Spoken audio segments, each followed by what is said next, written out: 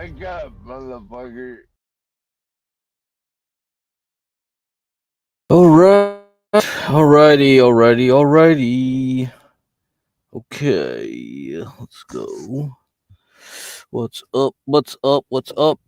It is February 25th, 2026. Alright.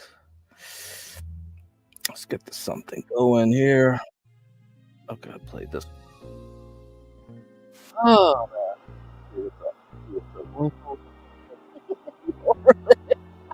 oh no. No. Oh well. Yeah. They know where your order limits are. They won't tag it. Good luck with that type of stuff. So, we had Nvidia earnings.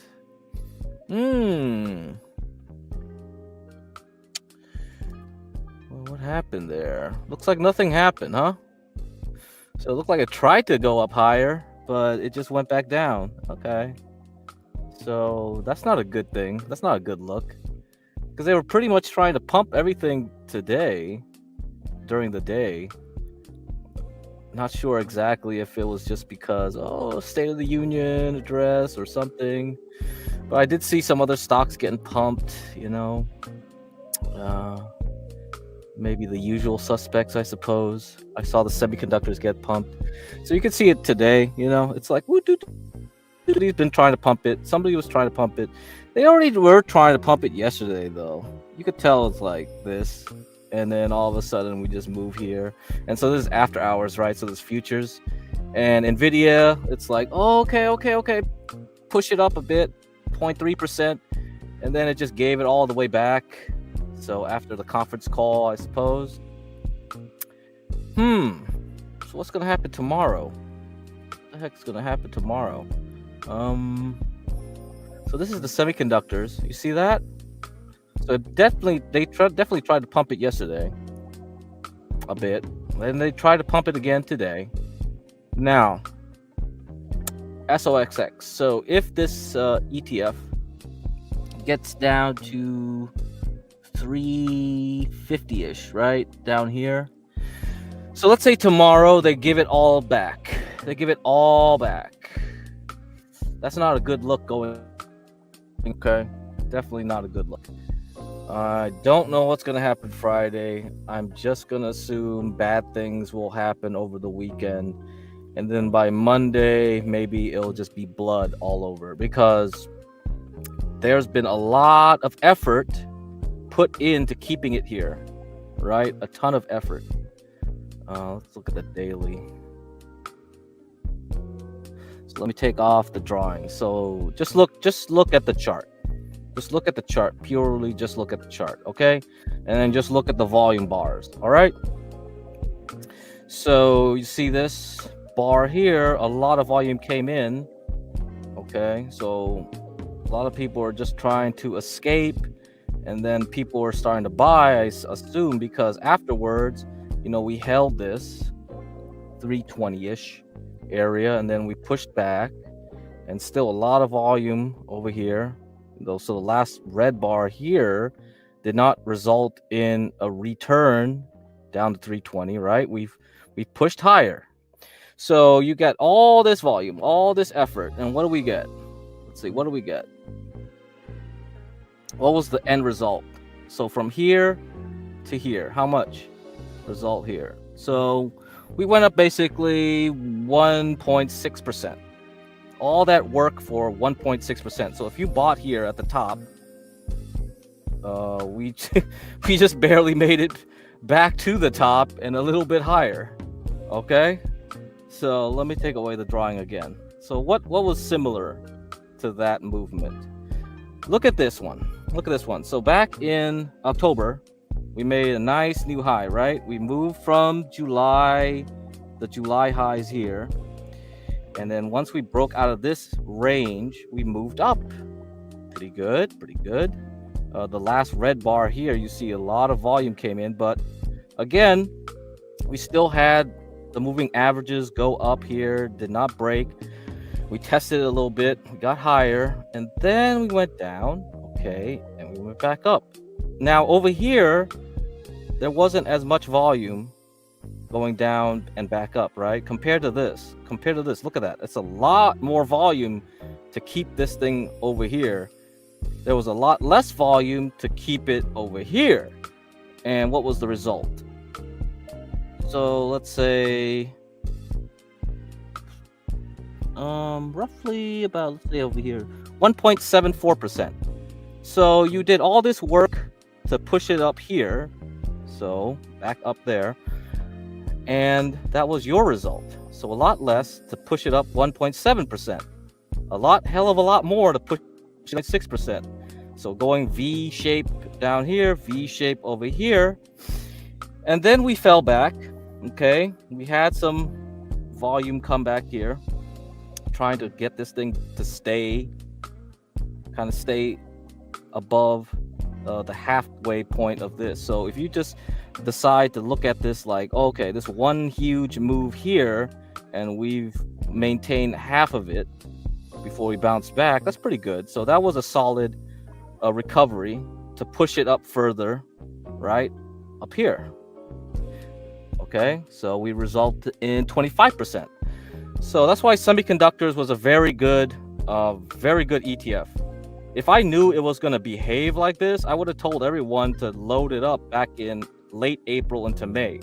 You know, I didn't know it was going to be the best ETF, even better than gold miners and all that. So if you do leverage, so if you do SOXL, right, and you bought it at 13, or if you bought some at 8, or you went at the very bottom at $7, and you start selling up here at 45, and then maybe you bought back, or you held some and sold that's what I did. I basically sold some here in October, then I bought some back, and then I sold again at like maybe a little bit here and a little bit here. Okay, a little bit here, pretty much at 65. And I don't have any more SOXL. Okay, pretty much I'm out. This looks a lot more dangerous than any of these, because let's say it behaves like this. Let's say it drops back to 60, right? Or something like that. Do you think it can go up another 25%?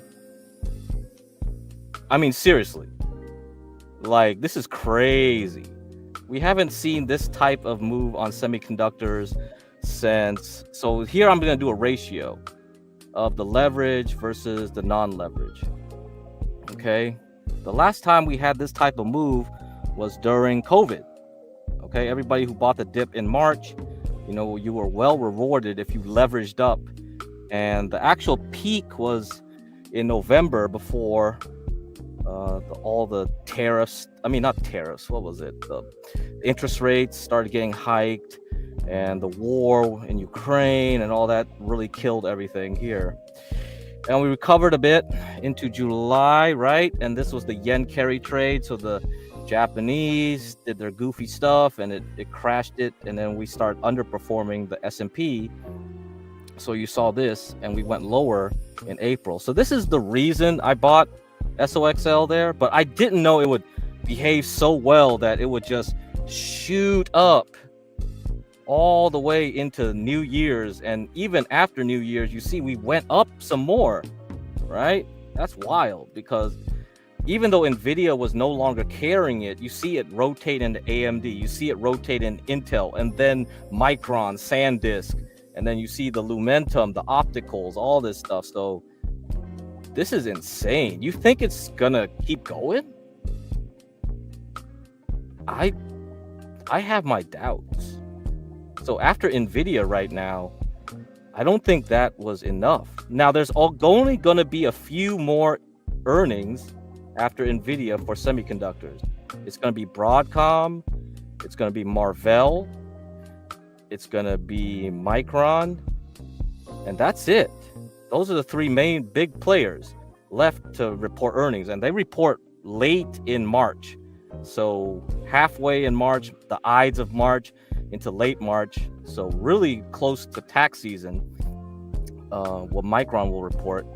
And then you have Oracle. So I think Oracle is the one everyone looks at, kind of like, because Oracle was the one that screwed everything up here. So this drop here in December was Oracle. So Oracle caused all this. Oracle is not a semiconductor company. It was just that, like, its earnings, they reported that they weren't going to have as many customers or something as they thought they used to have. And then there was some credit issues, like people didn't believe they could pay off their bonds because they were overspending. So they had bought the credit default swaps, the CDSs. So that's what caused this little panic here. Something is going to cause another panic like this. And to me, I don't think it's just going to bounce. You know, I think when this panic happens, it's going to come down here to 52. Okay, that's a SOX L. So if I look at the normal ETF, SOXX, not leverage, I think this will mean this will like at least break 324. Okay, it will get down to 324, and then it will start teasing 310 maybe if it's significant enough. And this is going to be worse than this move. Okay, this is not going to hold 340. I don't think so. Whatever this news that's gonna come around the corner is gonna be enough. So if Nvidia can't push this guy up anymore, it's way easy for bearish news to come in and make people go down, because we're done. We're done. We don't have many earnings left. Anybody can report a rumor somewhere in the news and they'll force it down. All right. I don't know who the heck is buying up here.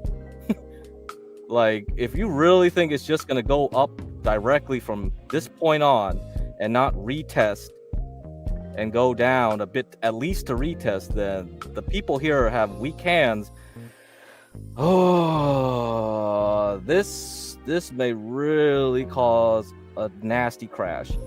Okay, now let's look at Bitcoin. All right, so let me look at your chat, see if it is. So I don't know, YouTube chat doesn't work and all that. What's up, Elrose? King Rooster, what's up? Is there a metric that quantifies effort volume? You know, you have to read the book.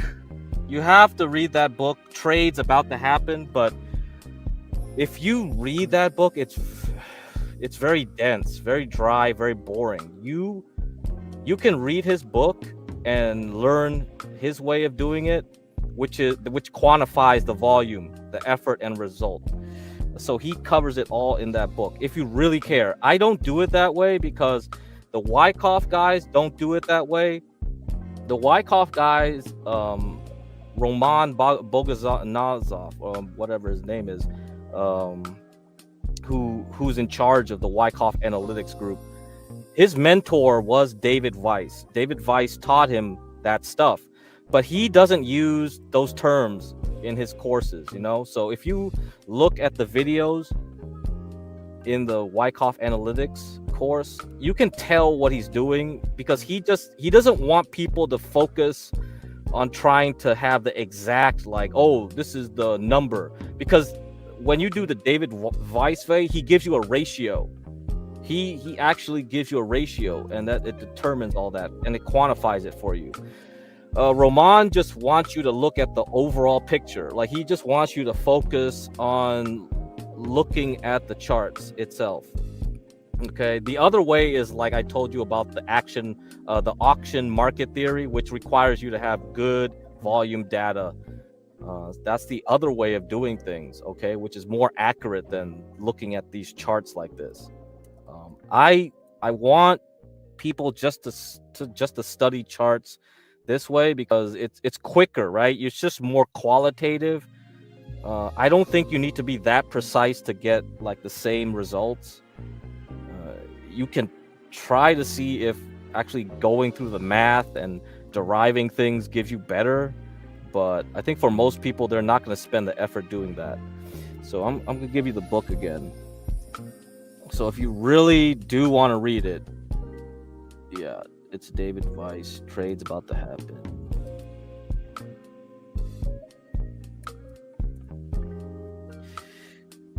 Okay, so I'll give you the Amazon link, and you can figure out how to get it for free. I know you guys know how to get books for free. Some of you guys, okay? So there you go. Trades About to Happen. Adaptation of the Wyckoff method. for modern days. I think that's what it is. Subtitle. Okay.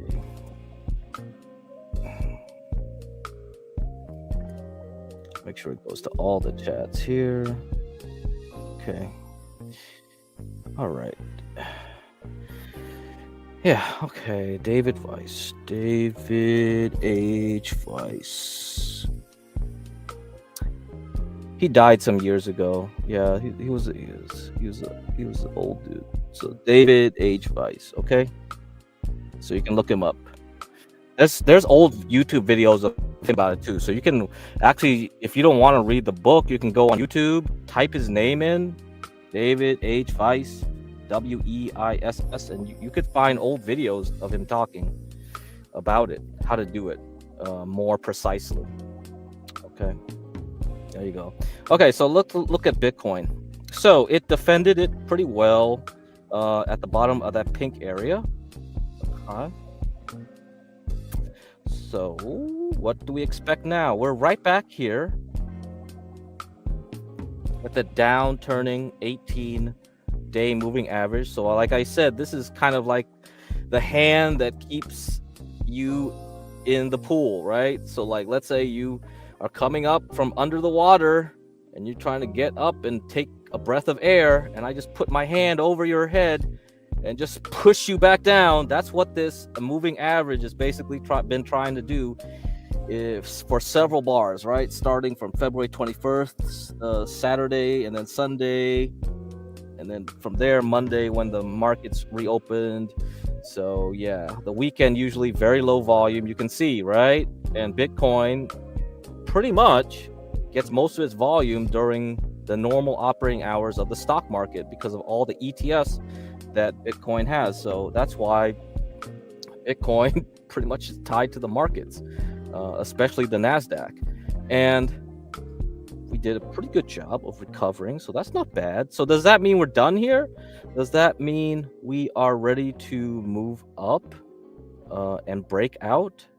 Because there was quite a lot of volume here. We see some result. We see better result than here last week, right? We went through the yellow area. Good. Looks like we will retest the top of this yellow area. If it does and bounces and goes back to the top of the pink, that's good signal. Now, does it stay like that into the weekend? I don't know. Now, it could be that Thursday into Friday, it doesn't hold this yellow. If you see this thing tomorrow morning, all right, in pre-market into the opening of the NYSE, New York Stock Exchange, at around 8:30 to 9:30, so pre-market 1 hour before and into 9:30 when the market opens Eastern time, okay, 9:30 a.m., and it just goes, slices right through that yellow area. You know what I'm doing? I'm shorting. That's it. That means you put all this work and you are giving it all up because this bar here is important. All right, so let me put it in the 4 hour. So usually for Bitcoin, I just do 4 hour and 40 minutes. All right, this is the one I'm looking for. So I'm seeing improvement. I'm seeing the MACD go up here. I see the ADX. I see the green going up here. The blue ADX is good. So the bulls have it. The bulls have this. They should have this. Should be easy for them. I'm going down to the 40-minute here now. You see what it did here? You had this slice through on Monday, right? You go to the bottom of the yellow area, you pull back, and then look at that. You flatten out. You get low volatility now. Lower volatility. So now you start seeing the green and the red of the ADX, you know, contract here. So that's why I have these things. I mean, you don't need these, right? You can just look at the chart itself and just go like, look at it. The volatility is shrinking. I don't need those other things. Those other indicators just confirm what I look at just looking at the chart by itself. I just look at this, I see this. It's contracting. See, it's not like this. This is higher volatility because the bars are larger. Here, it's tiny. And then when the volume comes back in, when the market opened on Tuesday, poof, it just pushed this green up. When it does that, let's say I'm trading overnight. Okay, let's say I'm gonna trade overnight. So basically, this is a 24-hour market in crypto, right? I can use futures too, whatever. So this is during the day. I see this, I get in here, and then I hold because I'll just set my stop loss over here. So if it goes back down to 62,000, let's say, I didn't trade that, but I'm just saying, if you want to trade, this is what you're doing.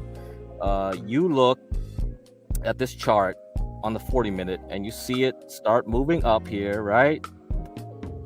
This is the 18 moving average going over, crossing over that 40. See, you keep holding. You see this? Now let's say I'm more conservative. Let's say I didn't buy here. I wait for this to cross over first. This is what Joe Rabel does. He waits for this thing to cross over first. I see the MACD pinch here. I see this thing move up, and then it pulls back. When it pulls back and I see this 18 and 40 start going parallel and start like spreading away like this, you see that? It has a good distance. Now I want to get my attack in and say, like, I'm going to buy somewhere here probably. Okay, I'm going to wait until I buy somewhere here. And then when the market opened, like right here, poof, I go up. So yeah, you could do it that way too. But here you could tell because the volatility is decreasing. You see it's making a range, okay? And so you could decide that this is somebody holding it at this area, waiting for the signal to push it up, and that's what happened. Now, if we look at the 4 hour, all right, you look at this thing here. You see this? So like I said, this is just like the daily, okay? But now we're just looking at the 4 hour chart. And this purple line to pinkish line, fuchsia, I guess, colored, is trying to push it down, right? Right? It's pushing. So I know that if it can't get above 65,000, around there, I'm in trouble. So I know that the 4 hours says 65,000 is where I want to be. Okay, I want to hold it and start moving away from it. That's the problem here. So then when I go down to the lower time frame, to 40-minute, then I go like, okay, I know that I'll draw a line and say like 65,000 is where I need to stay above. Okay, so when this thing did this first initial, this was like an hour before the State of the Union. So I don't know why this thing started pumping. Was there news? I don't know. But this was an hour before it. Somebody was trying to test this, and then it pulled back. And so it's holding 65. I get in there. Okay, that's another thing you have to look at, is you look at multiple time frames. So Eric W asked me like, okay, you got to look at all these time frames, and this is what you have to do. So if you go to Joe Rabel's videos, you can find all that stuff. So let me put it on the link again for people. So let me see. All right, so you can go Joe Rabel.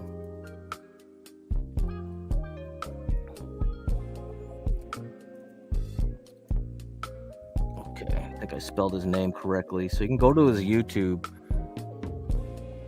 Okay, you can go there. So search Joe Rabel. You can find this channel over there.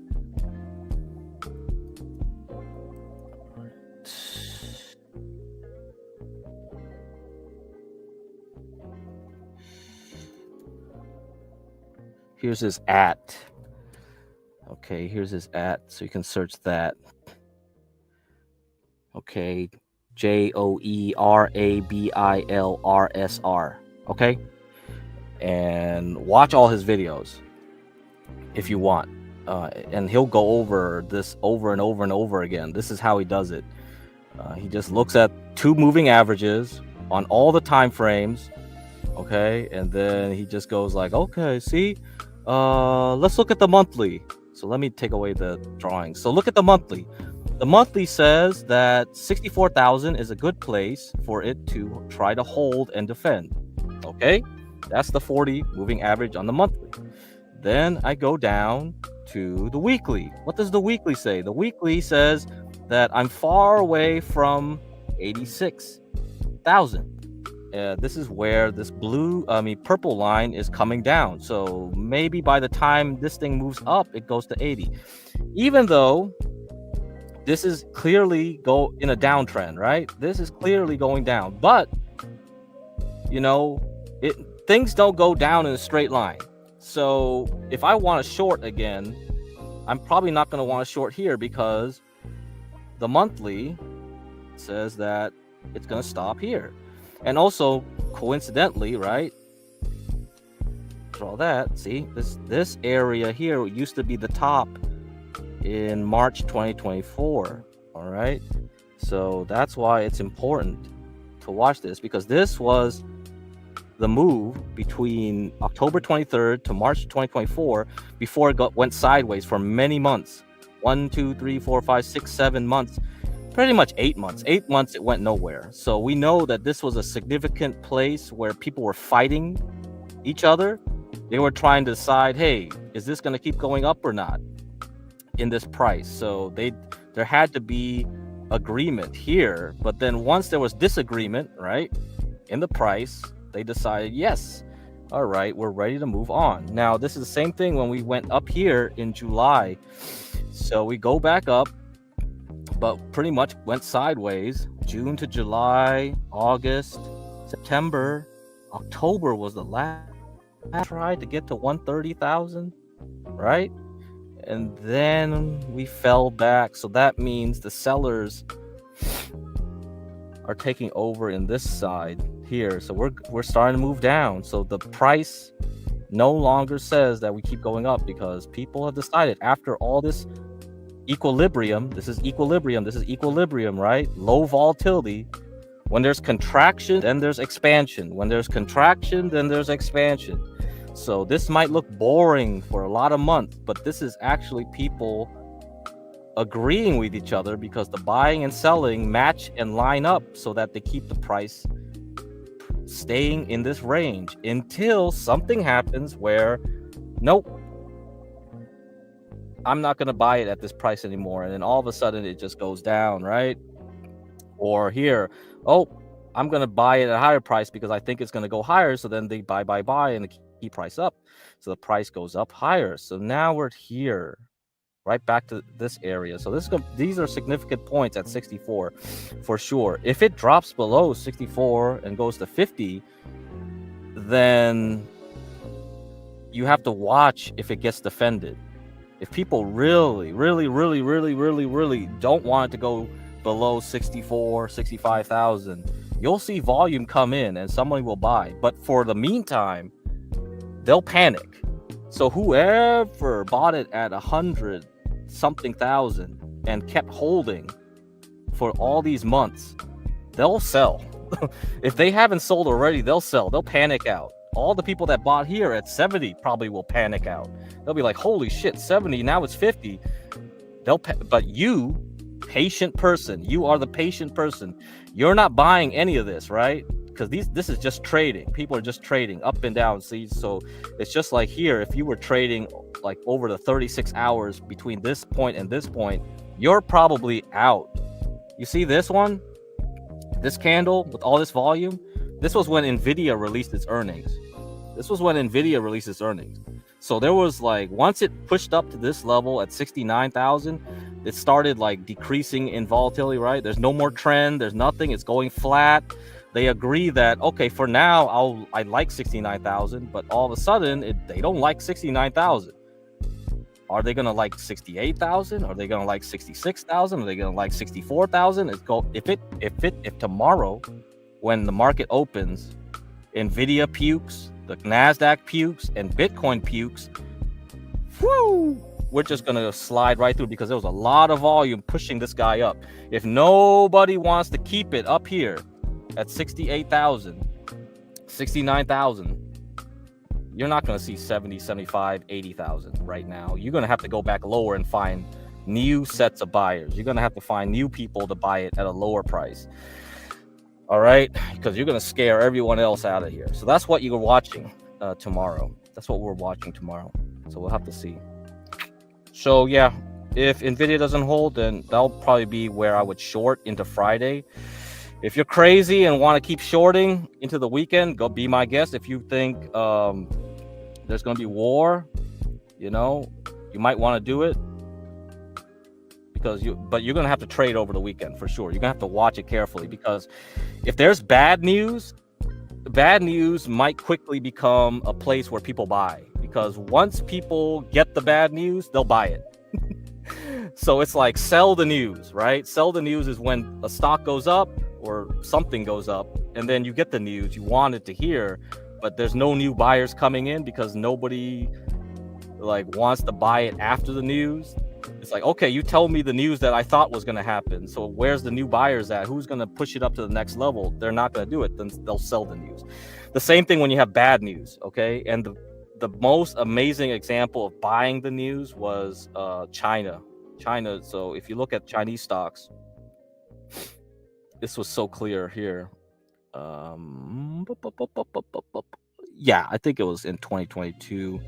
So this was during the Chinese meeting, the CCP meeting with Xi Jinping. Xi Jinping basically said, I am the king now, right? He basically kicked out the old president, the former president, chairman, out of the meeting. And people started flipping out, going like, oh my God, he's taking over China. It's one guy taking over China. It's going to be Mao Zedong. What happened after that? After that bad news, they bought the news. They got the bad news they were expecting. Yeah, everybody knew Xi Jinping was going to do that. Everybody knew he was going to do something like that. They got the news. People got scared that week. Okay, going into that meeting. So Monday, right into the Monday, and this is like bleeding. And then the next week, it was just like, I think it was the next damn day. I don't know, right? Let me see. Let me see the weekly chart. How did the weekly chart look? Okay, so this was Monday, October 24, and this was Monday the 31st. Yeah, I think this was the weekend into that Monday. So it was bleeding going into the meeting, and then once he did that, it just ran up. It just ran up. Like how it went multiple weeks, it went up. It's like 51% recovery. Damn, so that's what I expect. I expect something like this. So let's say this is Bitcoin, right? This was like the first drop to 60,000. We're here right now. We're here, and we went up and tried to recover to this point, right? Around 70,000. And then somehow over the weekend, we'll just get bad news, and it just starts dropping like crazy like this, and it just goes through. So that means Thursday, Friday, Saturday or something. It's just like this. It's just like, so when the bad news hits, sometime Saturday to Sunday, you'll see this capitulation. They'll call it capitulation. Everybody's freaking out. They think the world is ending. That's when you buy. And then it'll just recover. Is it recovering because the news is good now? No, it doesn't mean. We will be bombing Iran left and right, but the price will still go up because all the people that were buying because of the news already were doing it here. And so that once all those guys are gone, people are just going to buy it, because then what other bad news will you have? Are you going to nuke Iran? That's the only other thing.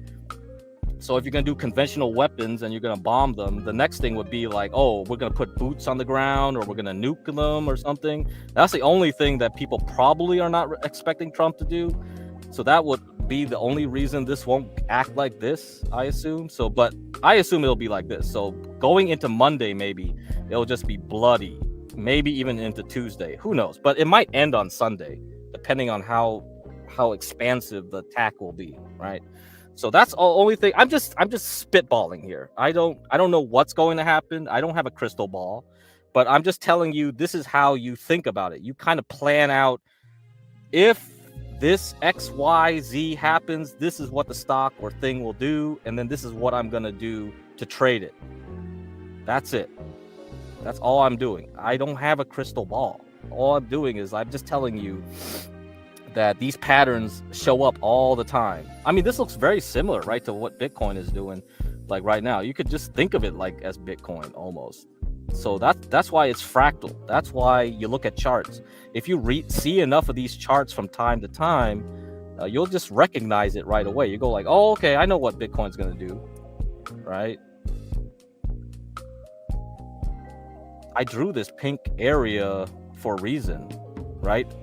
This thing didn't even complete its drawing yet. I just quickly assessed the situation and said like, okay, you got these large candles. I see this thing making the top here. So this is the top of my pink area.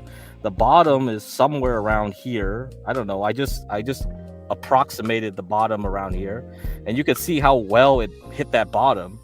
How did it do that? Did I have a crystal ball? No. I just seen this so many times over and over again.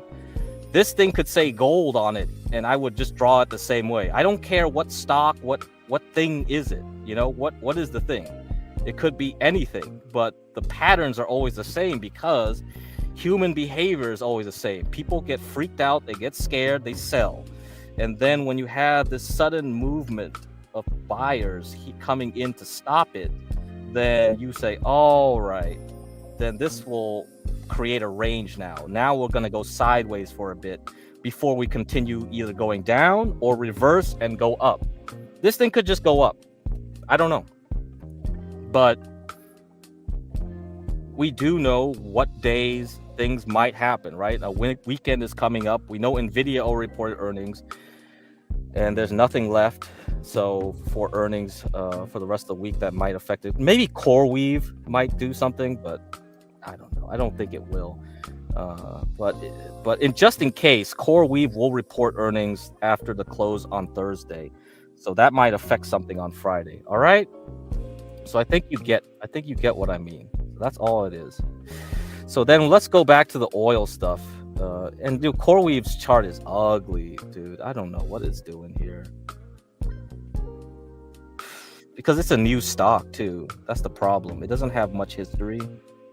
So you see, it just what was this, IPO or what? I don't know. But like it just rode the whole AI hype right up here, right from April up into here. And then now it's just like nobody knows what price it should be at. It's just like, what? It's not worth 178? Is it worth at least 64? It depends on how many customers they got from Amazon and all those other guys and Open AI, right? That's it. Okay. Let's look at Palantir. Palantir still goofing around here. It's trying to defend the most important line ever at 125. Okay, if it breaks 125, bye-bye. We go down, and that's scary. That's really scary. That means a lot of other stocks will drop like this. You won't see this stock try to recover up here. That's gonna be really scary shit. Really scary shit. And I don't think I have time to read some of these articles. All right, that I wanted to tonight. I just wanted it to be pretty quick update. I'll come back tomorrow and I'll read you some of those. It's not really articles. It was just like some of the astrology stuff. So yeah, I'll definitely talk about them later. Let me do SGML first, and then I'll preview some of the articles. SGML went up 29%. This is my favorite lithium stock, man. So this thing has defended that $10. It's very volatile. This is scary. It's a scary stock. But it's treated me well before. It treated me well before. Like in 2021, during COVID, going into the Ukraine war, this was a very nice stock, going from $5 to like nearly 40. Very nice. I really like this guy. Would I buy more of this here? It does look tempting, right? It does look tempting. It wasn't earnings. It was just like they went to a conference to present their the future growth to some bankers. So apparently it must have been good because somebody was buying with a lot of volume. So it's not even, it didn't even have earnings yet, and it's already doing this shit. Oh, goddamn. So this is great. This is great. SGML, definitely. I like this. Yeah, and I'll talk about some other stocks that I saw some earnings tomorrow. Another one is Air testing. I have no idea why it's acting like it is right now, because earnings was right in New Year's. So Air reports earnings right at the beginning of earnings season. So from here, I see it's defended the 25 line, okay, after earnings. Good. And then it's flying to 43. So this is an important area. It had issues trying to get above 50. It looks beautiful right now. So this is a whole range. So if you took this as a whole range from 2021, and once it breaks 45 again, if this thing can push through, woo! I don't know how high this thing will go, but it's a risky stock for sure. It's a risky stock for sure, but I think it has great potential. So I'll tell you, like SGML, Air, those type of stocks, highly risky, high beta. You might freak out because each day it could go up and down 20%, and you'll be like, what? So I would say don't put a lot of money in them if you get scared really quickly. But right now, both of them look very good for 2026. So these two probably are the ones that I think can go up 10x, right? You buy it here, it's going to go up 10x by the end of the year. I don't know. I'm just saying, it's looking like that kind of stock. Okay, so those two are the ones. I'll talk about other ones tomorrow. And so AEHR and SGML, those are the two. SGML. Okay. All right. Alrighty, guys. So those are the two stocks, and I'll be done with that, and I'll wrap it up. Let me preview the stuff I want to talk about, but I won't get to it today. Basically, I'm gonna talk about cycles. Okay, we're gonna talk about the menstruation cycle. All right, and we're gonna talk about this lunar 18-year cycle. So all you flat Earth people, don't show up tomorrow. You're not going to like what I present. Okay, flat Earth people, go away. So I'm going to talk about the moon and the precession and all this. So we're going to discuss these types of cycles, right? The tidal cycles. We have the monthly cycle. You got the yearly solar cycle. You got the metonic. I'm not going to cover all this, but like, yeah, we're going to cover some, like this lunar nodal cycle, definitely, for sure. Which is really interesting because it changes the sea levels, okay? And that kind of connects into the real estate 18.5 year cycle too. I think there's a relationship between that and real estate, something there. And again, all that stuff going into war. So people are gonna fight each other because all the water is gonna rise and there's not enough land or something like that. All right, so that'll be tomorrow. That's what we're going to cover tomorrow. And so, because I talked about, we are entering the puts crash window where a crash may occur between February 17th, March 3rd. All right, guys. Okay, so I'll see you around tomorrow. Good luck.